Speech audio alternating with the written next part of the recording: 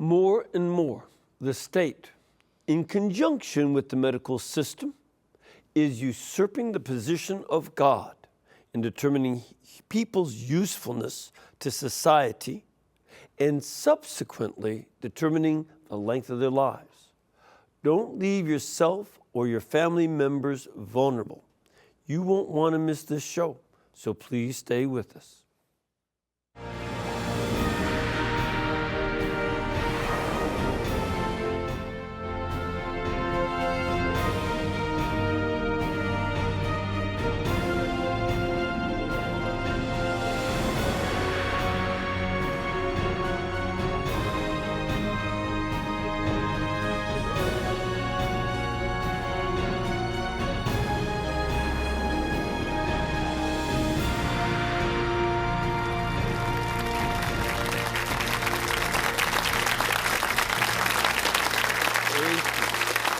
Thank you very much.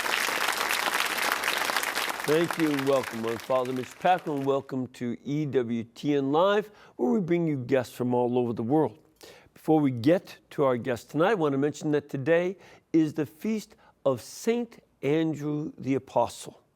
He was the brother of Saint Peter, Simon Peter, and both, of course, were the son of Jonas, who is mentioned in the gospel, and was a fisherman like his brother when Christ called him to be an apostle and a fisher of men. And he was actually the one called before Peter. In John's gospel, you see that he is called before Peter was called. That's why in Greek, he is called the protokletos. And he was a missionary who eventually went through Asia Minor and into Greece and into the Peloponnese area, where he was later martyred by being crucified on an X-shaped cross, such as you see in the Scottish flag and also in the Union Jack of Great Britain. And he is considered the founding apostle of the city of Byzantium because he consecrated the first bishop of Byzantium, later on Constantinople and Istanbul. And he is a great source for us to see how we all have a role in calling vocations to Christ. He got his brother to come and follow Christ. We too should do what we can to call others to call people to Christ and follow him. Today, we have a guest. He is a filmmaker. He uses his skills as a filmmaker to work to combat the lies in society and even in the medical establishment, the government, and those demonic lies that expose what euthanasia laws can do to a country's culture in a very brief span of time. The lens of his camera focused on the country of Belgium, which is euthanasia's ground zero. And if you don't think it can happen where you live, then you are falling for the lie as well. Take a look at this little clip we have. In Belgium, patients are killed by euthanasia at the first diagnosis of Alzheimer or of a malignant disease of a cancer. More and more people are asking it and obtaining it for non-terminally ill situations. The media here in Belgium, they say that the best way of dying is to get euthanasia. That has an impact really on palliative care system, because if you are a doctor trying to do your best, and if you're in a palliative care unit, if the family is pushing the person to ask for euthanasia, would you go against the family wish? Even in cancer patients, they are asking euthanasia because they have a fear to be suffering. They are discouraged by their disease. It's always for psychological reasons. It's not often for pain or suffocation or other reasons. You can see a little bit of what we're going to be dealing with tonight, so please welcome the president of Dunn Media and Entertainment, who is also the producer and director of The Vulnerable, the Euthanasia Deception, which can be seen later tonight on EWTN at 9:30 p.m. Eastern Time. Please welcome Mr. Kevin Dunn. Thank you very much. Kevin, good to have you. It's good to be here. And, you know, we mentioned that at every show how we bring guests from around the world. You are from? I'm from Canada, just outside of Toronto. For those people who know the Toronto area, just outside of Hamilton. Hamilton, sure. Home of the Tiger Cats. Tiger Yeah, Cats. there you go, Tiger Cats. Yeah. Okay. Yeah, close to the Blue Jays. Yeah, I don't think there are many tigers living in Canada. No, a little not too chilly many. for No. them. Well, unless they're Siberian tigers. Now, Couple of Blue Jays, though. lots of Blue Jays. One of the things that I think is important for folks to understand is that Canada has already started laws that allow for killing those who are sick or aged. Is that correct? Yeah, the Supreme Court of Canada last year struck down the law which said that assisted suicide was illegal. So we had the case where a woman was terminally ill. She challenged the law, said I should have the right to ask for an assisted death, and she won. So it struck down this age-old law, and the door is now open. Did they give any basis within the law as to why they had the power to strike down such a thing? Well, I'm not a constitutional expert, but my my layman's approach would be the fact that with this Charter of Rights, which focuses on the individual rights to determine. So there's this individual right, and so it gets challenged under the Constitution that I have the right to determine my fate, if you will. Mm-hmm. And so when these get challenged, and they are being challenged all over the world, these laws, it's usually about individual rights. Is this Charter of Rights, is this Canadian law? Yes, it is. It's Canadian law. Okay, Yeah, sort of the equivalent of our Bill of Rights? Again, I'm not a constitutional lawyer, but yes, I would think so, yes. Okay. Because I don't recall that there would be anything in English common law, which is the basis of your law system, is it not? Mm-hmm. And it's the basis of our law system. I don't know of anything in the law that really allows this.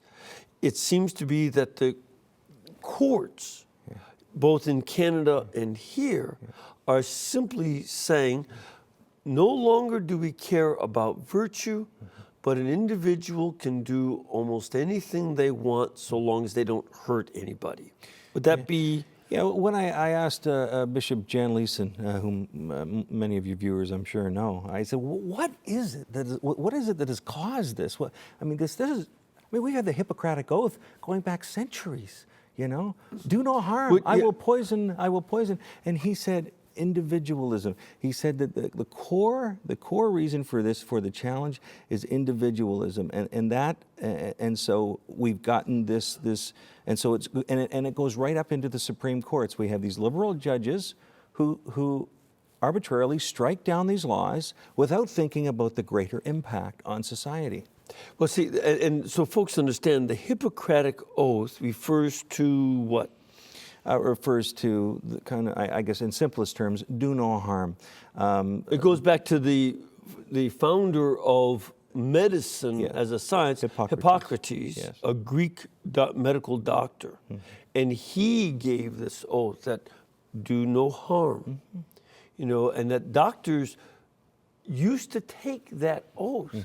When they graduated. Now they're not required to. Again, the culture shifts.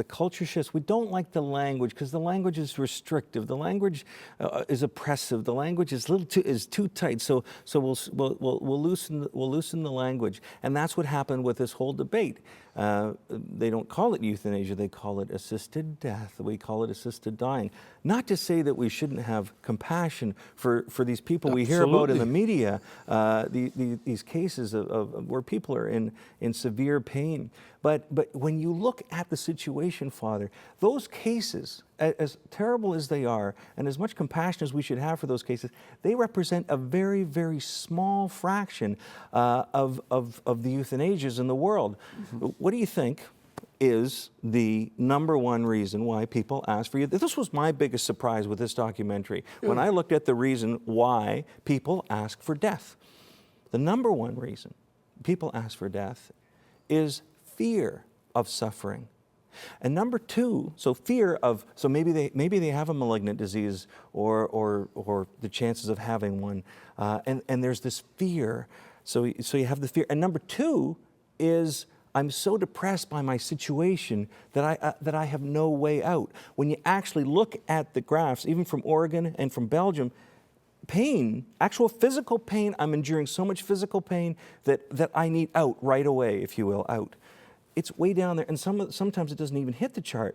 And so I ask myself, well, aren't those two things we can handle from a societal level? Aren't those the real questions we should be asking as a community? Mm-hmm.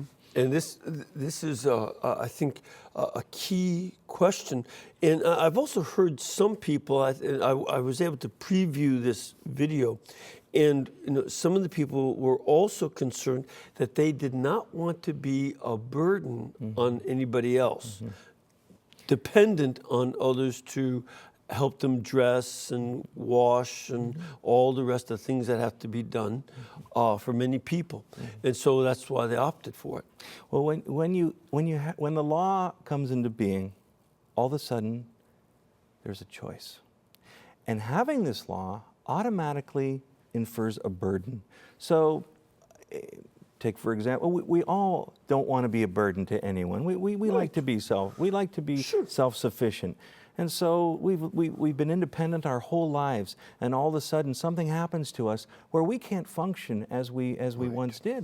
Right. And so to then have to turn to family or friends to help, for some people that's a real big issue. And they think in a very, and it's understandable that they would think this way from a worldly perspective, you know what, it's better off that I weren't here, because then these people could get on with their lives. That hospital bed could be used by somebody else. And all of these things. So we infer that sense of burden on people, and they choose. There's a case that's talked about in the documentary in Belgium where a man was diagnosed with MS, multiple sclerosis.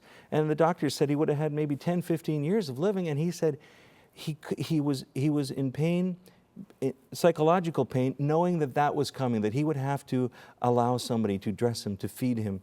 And so he opted for euthanasia 15 years prior to what might have been his natural death.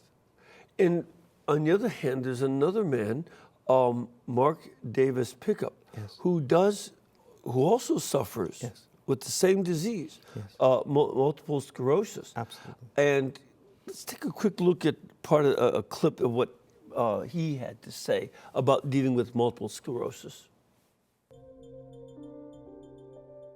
I was diagnosed with MS when I was 30. At the 2 to 3 year point, my grief was so deep, my heartache was so sharp, that my thinking became clouded. And if there had been a Jack Kevorkian back in the mid-1980s, I can see that I might have opted for that option. I'm so glad today that it did not happen, because I never would have known my grandchildren. You see, the difficulty with making that decision is we're not really sure what tomorrow is going to bring. We make a decision based on the grief of today. I would have, yes, if I hadn't been surrounded by the support and the love of my wife and my children and my faith community and my God, I can see that I would have opted for assisted suicide. And one of the points that he brings out, and I would slightly disagree with the statement that some people say, well, I've never been dependent. That's not true. Mm-hmm. We are born as a burden. Mm-hmm. Our mother is carrying us for 9 months. And then after we're born, we're still a burden. And we can't do anything on our own to speak of, except cry and wet and all the rest. But we don't do anything for ourselves. But does that mean our parents hate us? Does it? You've had how many kids? Well, 6 together with my dear 6, wife. yeah. Yes. And so, after 6 kids, do you hate them for having been burdens on you? Absolutely not. And Bishop Jan, again, I have to. When we interviewed him, he gave us so many beautiful, we call them the industry sound bites, but I call them spirit. I mean, they were so spirit filled. I mean, he says a mother holding a child, even if that child, were to be held for, an hour, 2 hours, would she ever drop that child? No, she wouldn't. There is a love. It's the difference, he says, between this idea that the culture has of individualism versus interdependence, that we are interdependent. Yes, and what these laws do is they take that interdependence away and leave people to say, I'm on my own, I have no way out. We're not people of that as a society. We never have been, and we've never been that way as people of faith. Never shall we be.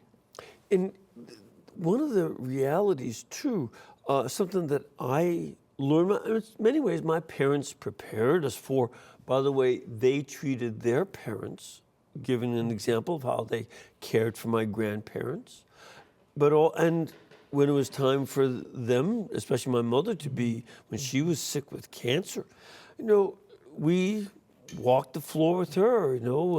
My brother and I would cradle her in our hands and carry her to the restroom because she couldn't walk anymore.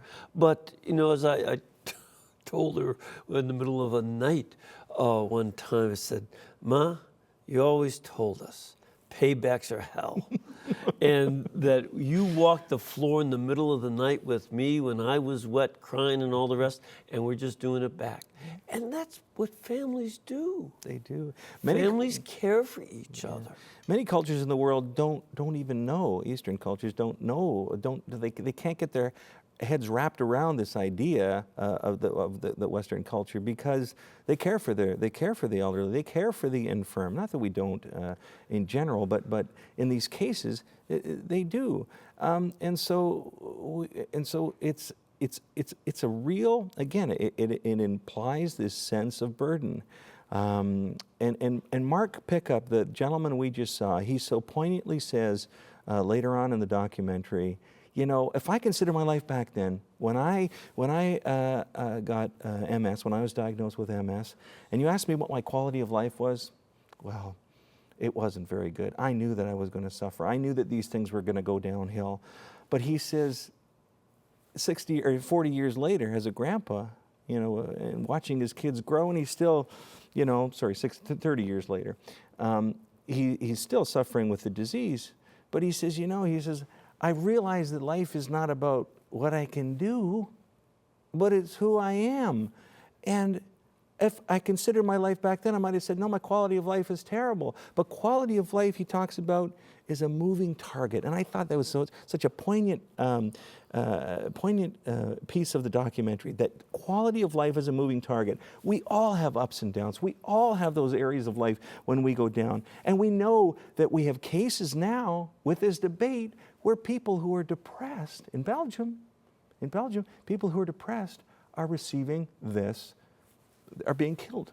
Right. I mean, let's just call it what it is. Yeah. And again, not that we shouldn't have compassion for this, but we've got situations now where it's not just physical, it's psychological. We know from history, we don't want to go down that road. We do not want to go down that road. Well, we've been down that road. I'll never forget when I was studying in Germany, and there were 2 ladies who ran this house, a guest house. What do you call it? Guest house. It's like a hotel, but this was owned by the Jesuits for Jesuits to stay in from out of the country. And one of them, they were elderly ladies. One was an old farmer's wife, and the other was her good friend who was very well educated and a teacher of the mentally disabled. And she had seen her students rounded up by the Nazis, put into a truck, and then the exhaust of the truck was reversed into it, and they all died. And because she had witnessed it back about 38 or so, it was before the war began, she had to be a fugitive. That's how she met this lady. This lady took care of her on the farm as she had to run away. But this was the beginning with the Nazis, to get rid of people they thought were deficient, the people mentally disabled, then physically handicapped. And then they went after veterans who were disabled. And then eventually they went after the Jewish people and the gypsies, homosexuals, and started executing them. Well, it's you know what you're talking about. I mean, we look back at history and say never again, never again, never again. But here we are, you know, how many years later, and we have governments, doctors, ourselves, determining what quality of life is acceptable. And people can say, oh, you know what, you're taking this too far. Well, let me give it a point here. In Flanders, in the Flanders region of Belgium, in 2013, and the governments, they're happy to tell you. They're happy to tell you what happened. 1,000 people in the Flanders region of Belgium were killed without request. Without request. So they didn't ask for assisted death, euthanasia, however you want to phrase it. In my neighborhood, when somebody gets killed and they didn't ask for it, it's simply called murder. Well, most of these people were had psychological problems, dementia, Alzheimer's, unable to make decisions on their own. So somebody, whether it was a family, whether it was a doctor on its own, or somebody said we need these beds, who knows what the reason was, decided that their quality of life wasn't, and so they're not here anymore. Take 1,000 people out of New York or Washington, and we'd be up in arms. But you know, these people, their lives, and so this cultural, it slips, we keep slipping. Mark Pickup had a comment on there about the way the government and the medical system tries to act as if they are God, who's in charge of life. And they offer people suicide prevention, and others offer suicide assistance based on whether or not the government and some of the doctors think they're worthwhile in society. Let's take a quick look at the clip. Each one of us is a gift to others. And one of the problems in the push for euthanasia and assisted suicide is that an unspoken assumption is that a person's right to be alive depends upon how well they function. Therefore, we're saying they do not have a dignity that means they have a right to be alive. They're taking up space in this world unworthily. Once we move in that direction, we're missing out on some of the most beautiful experiences of life. And also we're entering into a very dangerous type of society. Recently, euthanasia has been extended to children, young people without limit of age. You know, any child who is judged to be conscious and capable by a physician has the right to ask for euthanasia and get it with the authorization of his or her parents. It's like a thick black blanket that has descended on the country of Belgium. And that blanket is called euthanasia. Is our answer to help them kill themselves? Is that where we have come as a society? Have we come to the point where we will not embrace even the broken?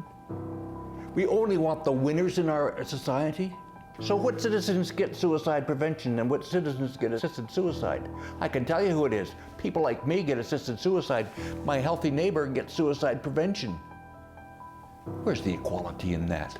Where's the value, equal value of individuals in that? Sure, people want to die when they're in their deepest crisis, but we don't help them kill themselves. We surround them with the love of a community. We try and help them find meaning and purpose in their lives again, even when they have lost sight of their own purpose. This reminds me of a passage from Scripture that I think all of us need to consider very, very deeply in these times, because it's governments in the United States, not just Belgium. We have the state of Oregon, and where else? Washington? Washington, yeah, California. California, Yeah. that they allow in Canada, the Dominion of Canada.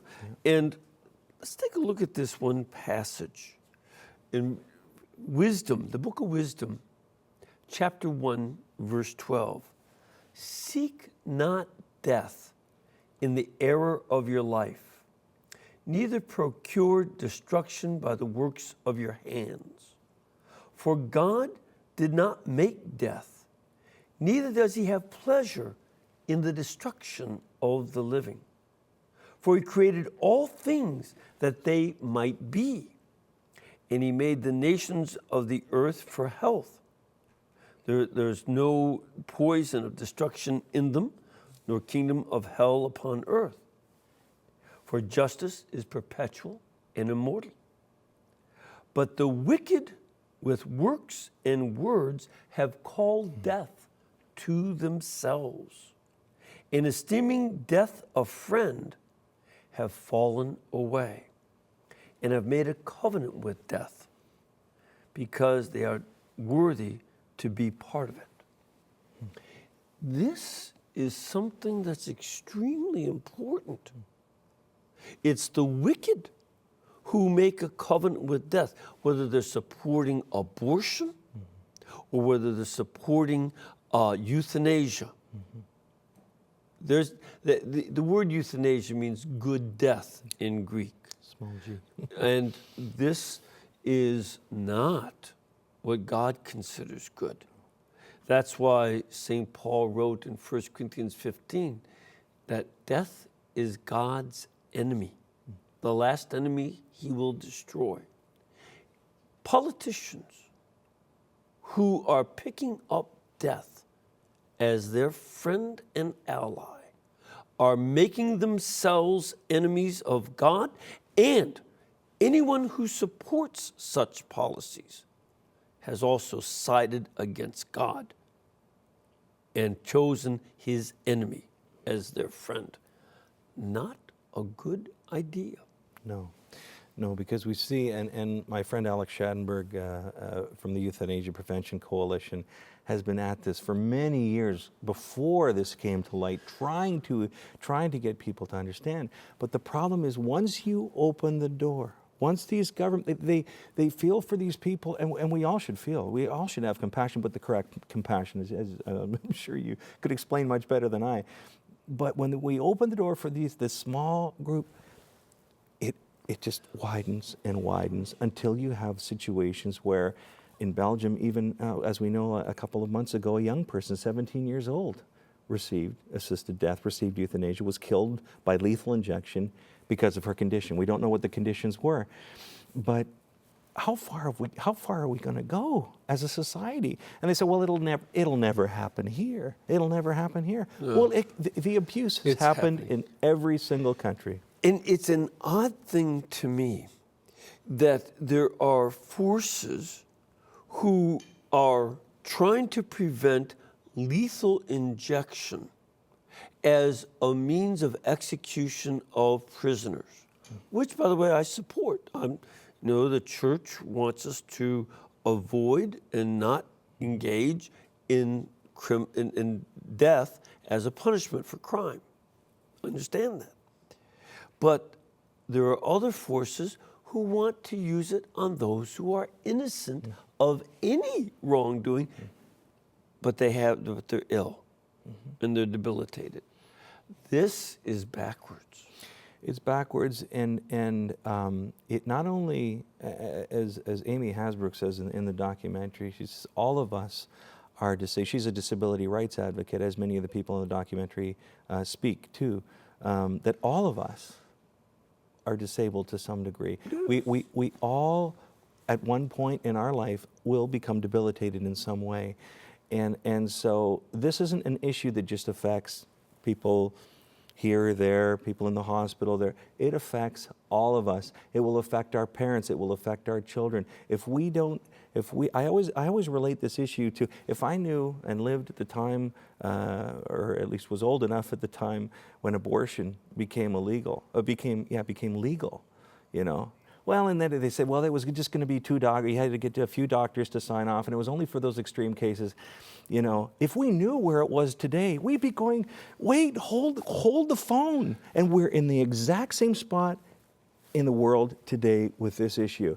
Where it's going to go. I mean, we know where it went in 15 years in Belgium. Where it's going to go in the U.S. and Canada. I know. We're going to take a little break and come back in a couple of minutes. I want to continue because you've opened up some important issues. I want you to watch Vulnerable, the Euthanasia Deception. This is going to be played tonight on EWTN at 9:30 p.m. Eastern Time.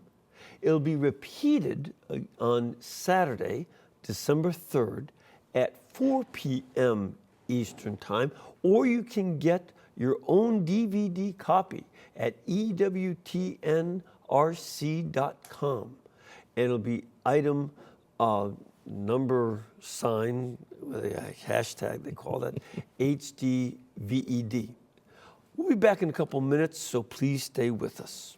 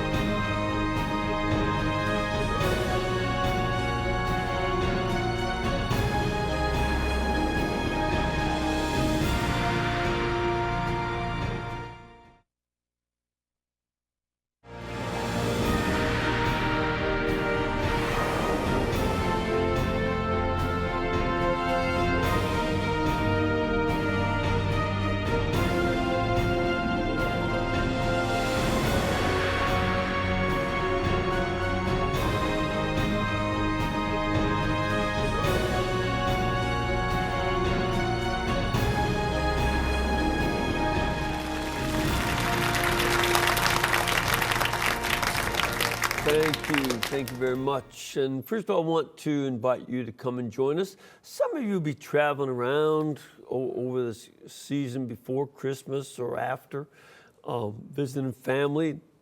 If you're making your way through Birmingham area, we'd love to have you stop in. And we urge you, though, to check with our pilgrimage department because we'd love to have you be part of our studio audience. As well, of course, attend the masses and all the other the tours of the network. Visit the sisters up, in Hansville and pray with them. So you can contact our pilgrimage department at 205-271-2966. Or you can go to the website, EWTN.com, and they'll give you information about the scheduling of when programs are available and the masses and places to stay and to eat and all the other good stuff that we do. So we look forward to that. Ready for a question or two? I'm ready, sure. Come on, let's giddy up. Yeah. First of all, sir, where are you from? I'm from Virginia Beach. Good to have you here. Welcome. Thank you. Were you in the Navy? Oh, yes, No, I figured that. a few years. Yeah, a few years. My question is, well, it's actually a statement and a question. It seems to me, and you alluded to it, that this is nothing more than a continuation of the culture of death that started with Roe v. Wade. Abortion is inconvenient. Now, suffering is inconvenient. And I agree, I don't want to get to the point with euthanasia that we are with abortion, and that it could even be mandated with our healthcare laws. How do we stop it? All right, so at this point, then you're basically trying to ask, we got to this point of having abortion, and now the next move of the people of death, the allies of death, is to encourage euthanasia. What do we do to stop it? Well, I think we have to understand, and you probably speak better this than I, but I'll do my best. I mean, we've had abortion down here at this end of the life spectrum for a long time. Now we're hearing about post-birth abortion and this kind of stuff. And it's just, Wait a minute, whoa. Post-birth abortion? well, I mean, we know that it's happening in other parts of the world. We know in stories. Again, that and here in is the not US. abortion. No, it's murder. That's murder. It's murder. It's murder of right on children who are born in out of the womb. Yeah. Gosnell, So yeah. there's So we have this at one end, and then we have we have now euthanasia at the other end. And as Bishop Jan says, we're in spiritual war. This is not just an earthly battle. This is Ephesians 6 stuff, you know, where the evil one has got both ends, and he's moving them closer together. And if we do have to realize it, and get to that point where we say, okay, how do we stop this? We alluded to a little bit earlier that idea that autonomy versus interdependence, that I am dependent on you, you are dependent on me.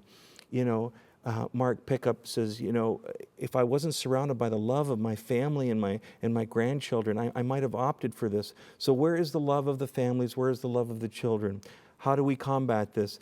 My daughter wrote a beautiful blog. Pardon me, I get a little choked up talking about it, because I've been living this for a year now, this whole idea, and you deal with it day after day. And she says she was out, she goes to visit a woman, play Scrabble with her every Saturday morning, 90-year-old, at a senior's home. And she said to her one day while she was playing Scrabble, she says, have you ever heard about this? She pointed to the newspaper. She says, this whole assisted dying thing, because I think that's a pretty good idea, she said. And my daughter was shocked. She said, well, I think it's terrible that people would have to be that desperate that they would want to kill themselves. And she says, well, I don't know why I'm still stuck in this wheelchair, and I don't know why this is still happening to me, and I kind of wonder why God has me still here doing this. And Kathleen said, well, she said, what? I love coming to see you every Saturday. This is part of my routine. I love being with you. She said, you do? She said, of course I do. You're part of my world. And she said, oh, well, I guess that's reason enough not to think about that and put the paper away. You know, we think about this, what is a big solution? You know, what is it? We got all these ills of society. Well, let's go back to our Christian belief that love conquers all that love, that little interaction, love, that visit to the home, the visit to the senior's home, the call to someone who's disabled to say, hey, can I go pick up, you need me to pick up your groceries for you? Those little things that we can do as a society, as individuals. We might not be able to cover it all, but if we can just change the life of one, we'll have conquered this issue. Governments, yeah, big issues, we got to face those, but you know, he asks, what do we do? Well, it's about serving others in love. We have a lot of issues about and difficulties that in government of connecting the laws with what is in itself good. You know, our Supreme Court, I don't know the Canadian Supreme Court, but our Supreme Court doesn't care about what is good. They want absolute freedom for the individual. And let's take a look at something that you mentioned in your documentary. We have a little clip on that issue. So I call this indoctrination. I think this is insane. Laws have a task. They tell people if something is good or is not good. And the moment the euthanasia law was voted, the state officially said, euthanasia from today on is something good. What I do see now is we're now having a dogma where you can't discuss euthanasia openly. And if you're doing it, then they will judge you and they will try to get rid of you. And I truly think that this has nothing to do with medicine. By opening the possibility of euthanasia, you open a sense of burden. You see, before it becomes a legal option, caring for somebody who needs care is just the human thing you do. But once they have the opportunity to choose to let their lives be ended, They're not doing so is to choose to burden their next of kin. That's unfair. You may feel that you put a burden on them, and occasionally they may feel it, because it is heavy and it is a pain. But ask any dad or any mom with a toddler that they have on their arm, and if you had that baby on their arm for 5 hours, yeah, that's heavy. But he will not drop it. Never, never. And that's the same situation. You should not take that away from your loved ones. That is so valuable. I have no words for that. Children do not have a right to tell their parents to hurry up, and parents have no duty to do so. We all live in true relationship of love with one another, and the greatest way of that is until God calls us home, to be able to say, "Here I am, Lord, I come to do your will." This is very important. I know in this country, when the abortion debates were being carried on, when the people had a chance to vote, they always voted it down. Only when state legislatures in, I think, California and New York, they voted for abortion. And then the Supreme Court annulled all the votes of the people in the states that voted, and they decriminalized. They didn't make it legal to do abortion. They decriminalized Same in Canada. abortion. Yeah. We don't have a law.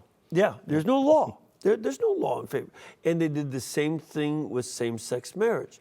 When in the 35 times it was voted on, it was voted down, including in California.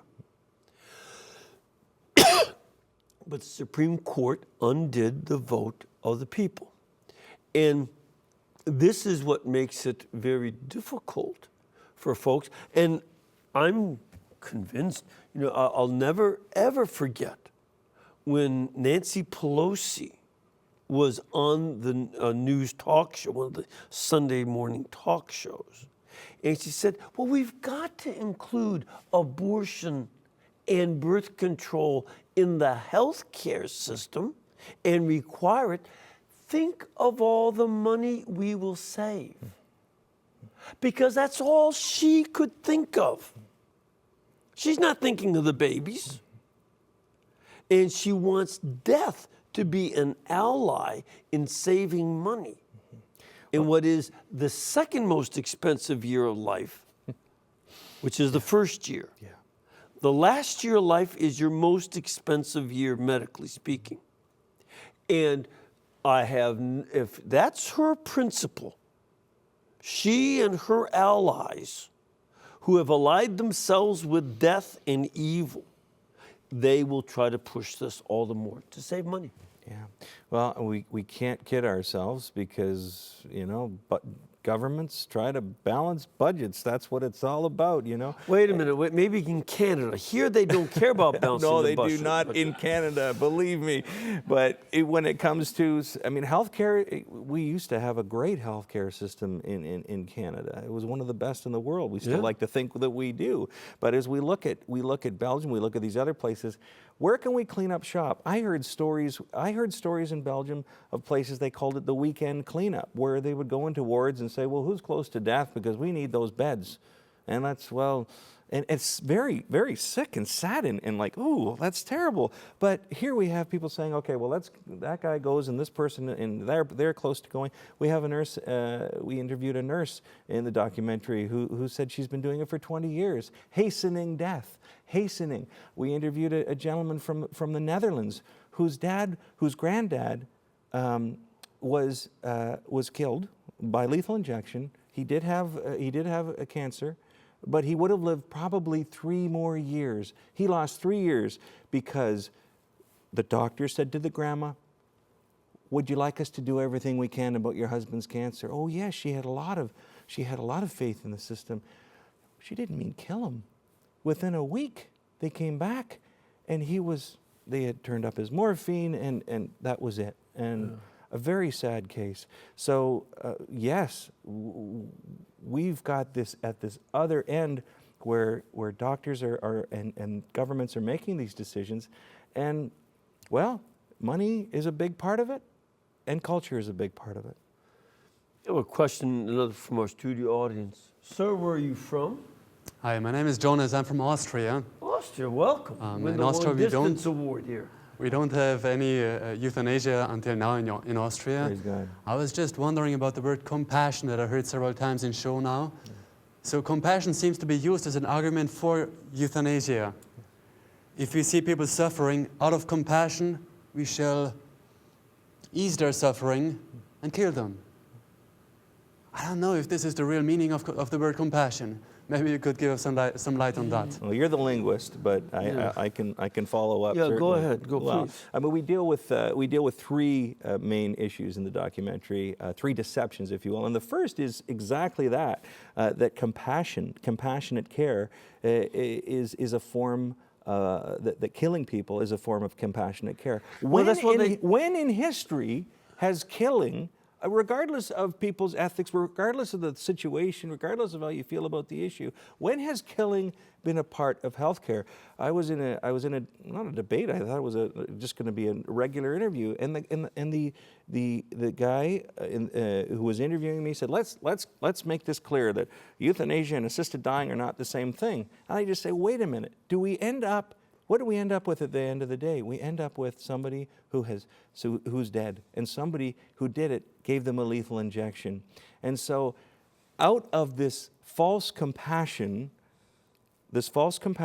from these people who have challenged the courts, and again I say these are terrible situations that these people are in, and these terrible situations of pain and illness, and they've challenged the courts, and out of compassion, this false compassion, the courts have opted in their favor, to the dismay and ruin of the widening door that opens up to the rest of it. So the answer to this question about is killing a form of compassion, it can never be. It never was. We've messed it up. We've messed it up in our minds, and we have to stay vigilant. Again, it reminds me of Animal Farm, and which was 1984.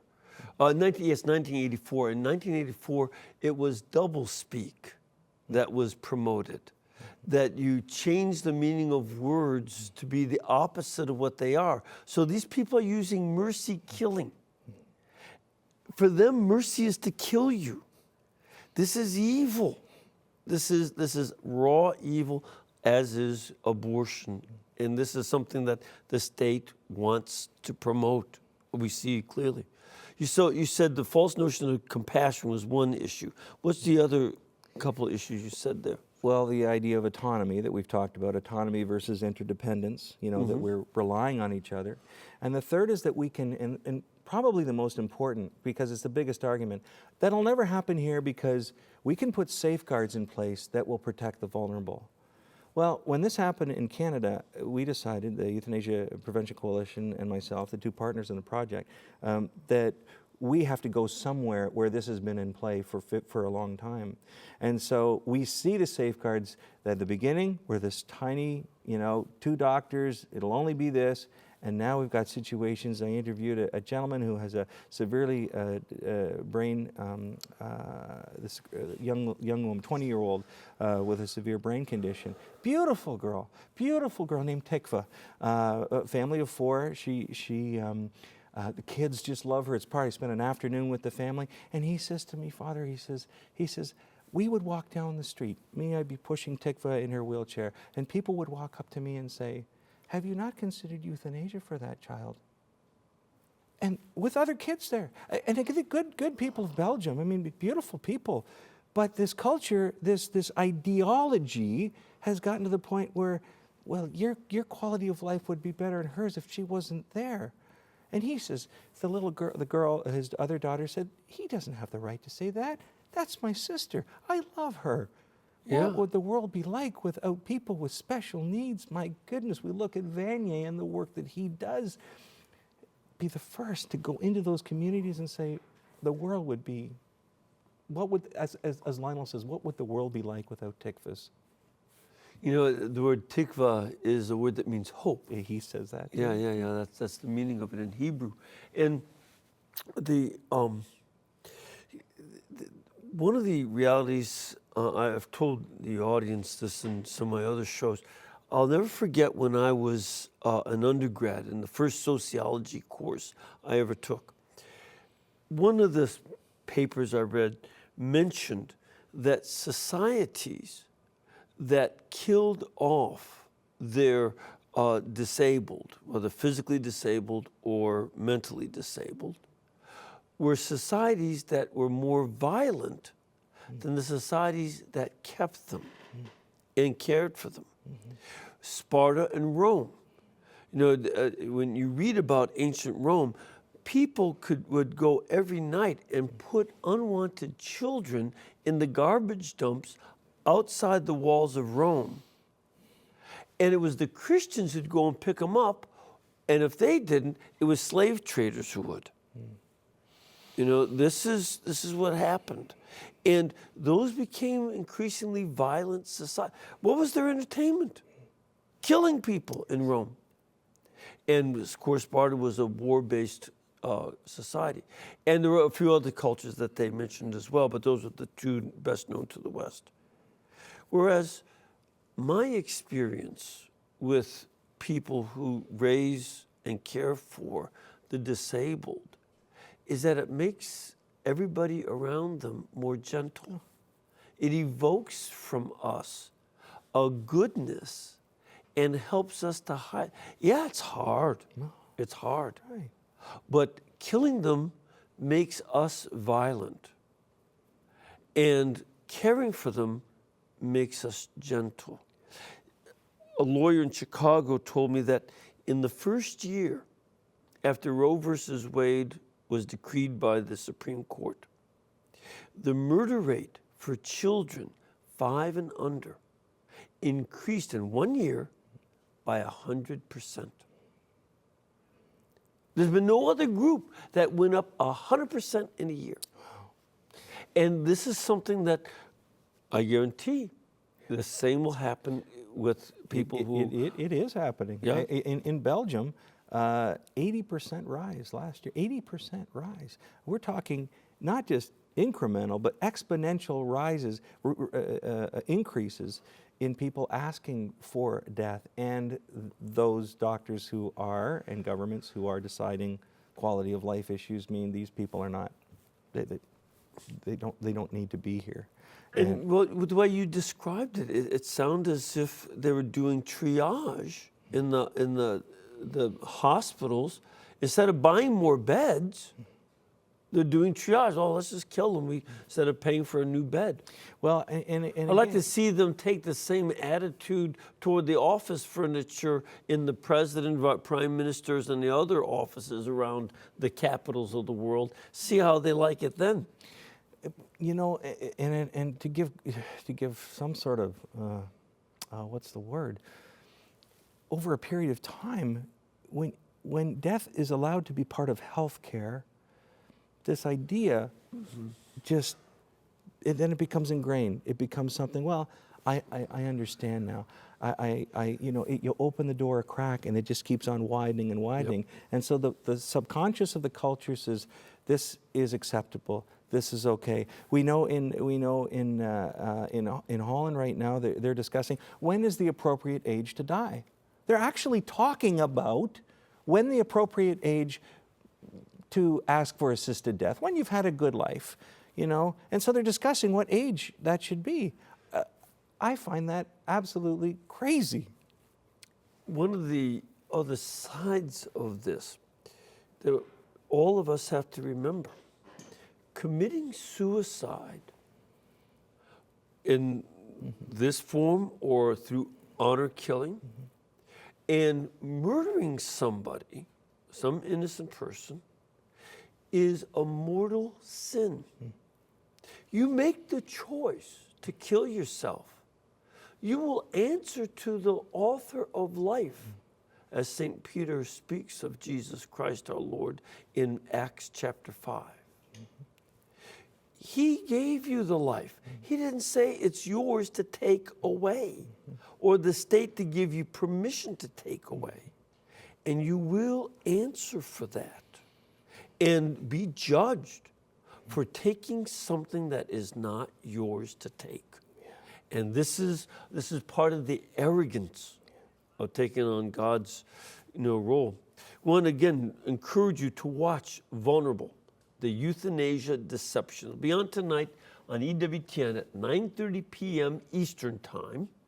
It'll be repeated again on Saturday, December 3rd at 4 p.m. Eastern Time, or you can get your own DVD copy at EWTNRC.com. It's item HDVED with those hashtags. Thank you very much for being with us, Kevin. We've run flat out of time. And I want to give all of you a blessing. Almighty God bless you with his life, the Father, the Son, and the Holy Spirit. Amen. And we can bring you these kind of specials with great work done by Kevin and his crew, as well as this program and all the shows, only because this network is brought to you by you, as Mother Angelica set it up.